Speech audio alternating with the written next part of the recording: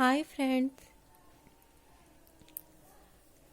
जैसा कि मैंने आपको अपने चैनल के बारे में बताया था कि इस चैनल में आपको डीएमएलटी, बीएमएलटी एवं एमएमएलटी से संबंधित सारे नोट्स विथ एक्सप्लेनेशन दिए जाएंगे और आपको डिटेल में हर चीज़ समझाई जाएगी। तो आज मैंने आपको ये subjects for DMLT, BMLT and MMLT, क्या है डीएमएलटी, बीएमएलटी एंड एमएमएलटी, इसको डिस्क्राइब किया है। तो यहाँ देखिए, subjects for DMLT, BMLT and एमएमएलटी।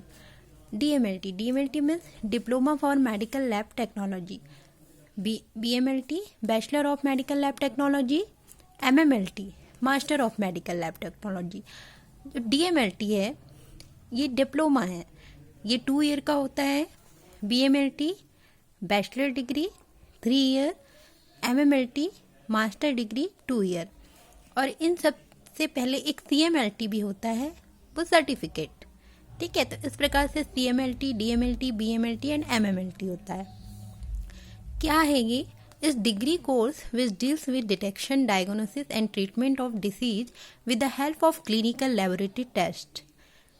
ये क्या है? ये डिग्रियाँ, डिप्लोमा या मास्टर डिग्री या सर्टिफिकेट, इसमें क्या है कि ये एक डिग्री कोर्स है जिसमें कि क्या होता है, विच deals with detection, diagnosis and treatment of disease, जिसमें आप किसी भी डिसीज का, किसी भी बीमारी का डिटेक्शन, मतलब उसका पता लगाया जा सकता है टेस्टों के द्वारा, जो भी टेस्ट लैब में किए जाते हैं, फिर उसकी डायग्नोसिस की जाती है और उस डिटेक्शन और डायग्नोसिस के आधार पर उसका फर्दर ट्रीटमेंट किया जाता है।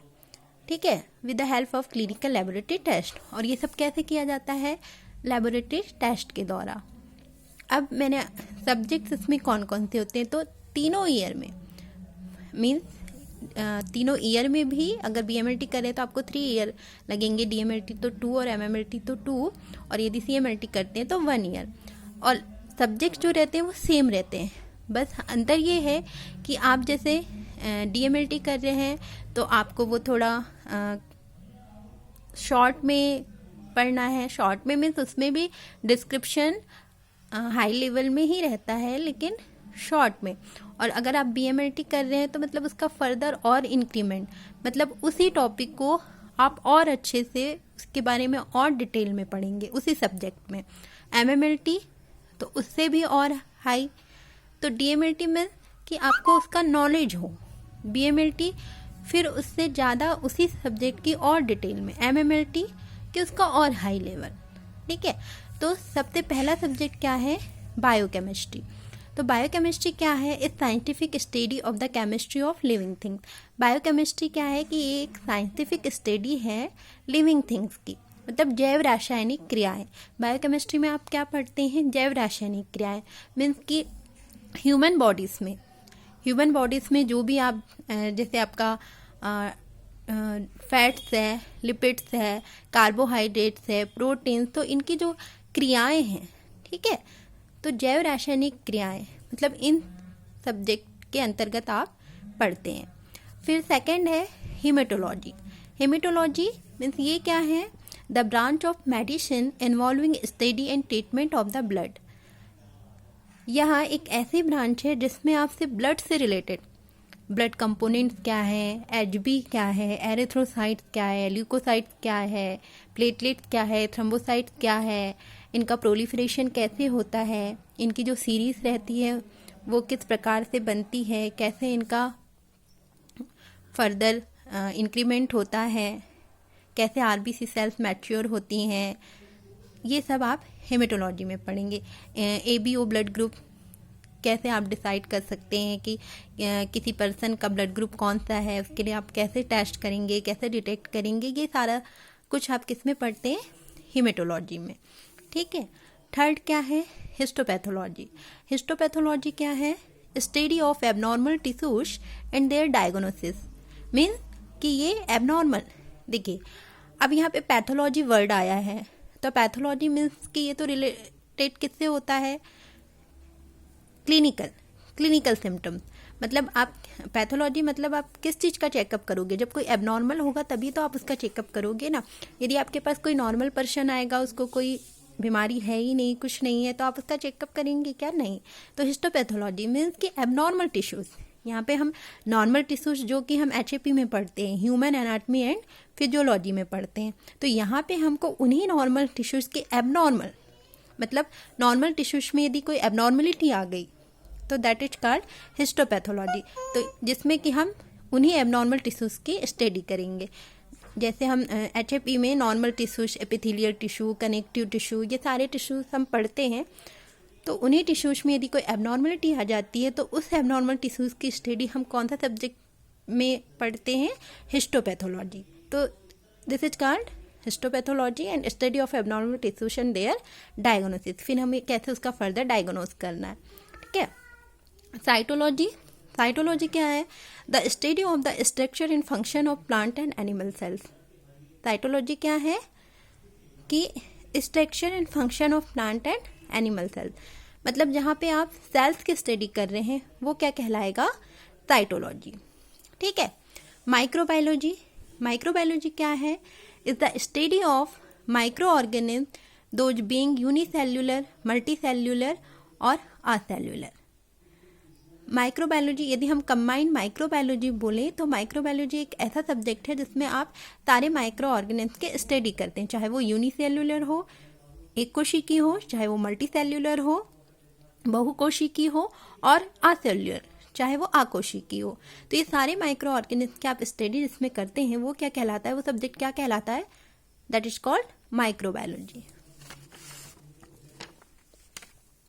क्या है? Branches of microbiology. अब माइक्रोबायोलॉजी अगर हम कंबाइंड बोलें तो उसको हम बोलेंगे माइक्रोबायोलॉजी, मतलब उसमें सारे माइक्रो ऑर्गेनिज्म आ गए। लेकिन अब यदि हम उसके ब्रांचेस को अलग अलग कर दें, अलग अलग हम स्टडी करें, तो फर्स्ट क्या है? Bacteriology. Bacteriology study of bacteria. Bacteriology क्या है? Study of bacteria. वायरोलॉजी क्या है? वायरोलॉजी स्टडी ऑफ वायरस, ठीक है। एंड माइकोलॉजी क्या है? Study of fungus. तो ये भी बहुत डीप में और डिटेल में रहता है, ठीक है। इसके बाद क्या है? पैरासाइटोलॉजी। पैरासाइटोलॉजी क्या है? Is the scientific study of the scientific study of the biology of parasites and parasitic disease including distribution and treatment. इसमें क्या है कि आप पैरासाइट्स की स्टडी करते हैं, ठीक है। जो पैरासाइट्स होते हैं उनकी स्टडी आप इस सब्जेक्ट के अंतर्गत करते हैं। तो ये सारे सब्जेक्ट आपको DMLT, BMLT और MMLT में सब्जेक्ट सारे वही रहते हैं, बस उसका फर्दर डिटेल में पढ़ना रहता है, ठीक है। इसके अलावा एक और होता है सीरोलॉजी। यहाँ पे एक और सब्जेक्ट होता है 7 सीरोलॉजी।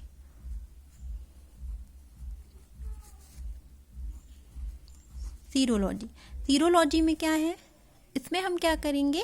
सीरम स्टडी करेंगे, मतलब जो भी टेस्ट हम सीरम के द्वारा लगाते हैं उसकी स्टडी किस में की जाती है? सीरोलॉजी में।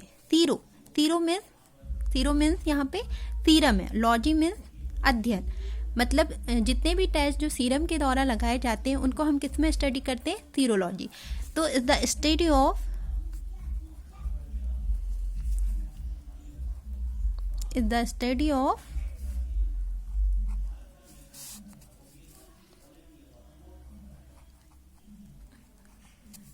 which test is the study of which test those depends on serum.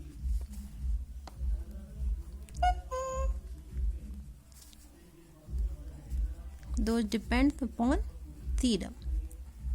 Okay. तो serology क्या है? Is the study of which test those depend upon serum.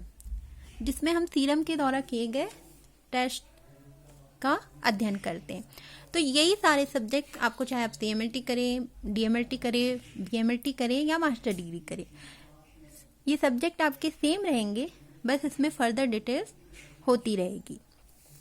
तब इसी सिलेबस के अकॉर्डिंग आपको DMLT, BMLT, MMLT जिसका भी सिलेबस है, तो सिलेबस के हर सब्जेक्ट के सिलेबस के अकॉर्डिंग आपको इस वीडियो में एक्सप्लेनेशन सहित हर टॉपिक डिस्क्राइब किया जाएगा। यदि आपको मेरा ये चैनल पसंद आता है तो प्लीज़ लाइक एवं सब्सक्राइब करें। Thank you.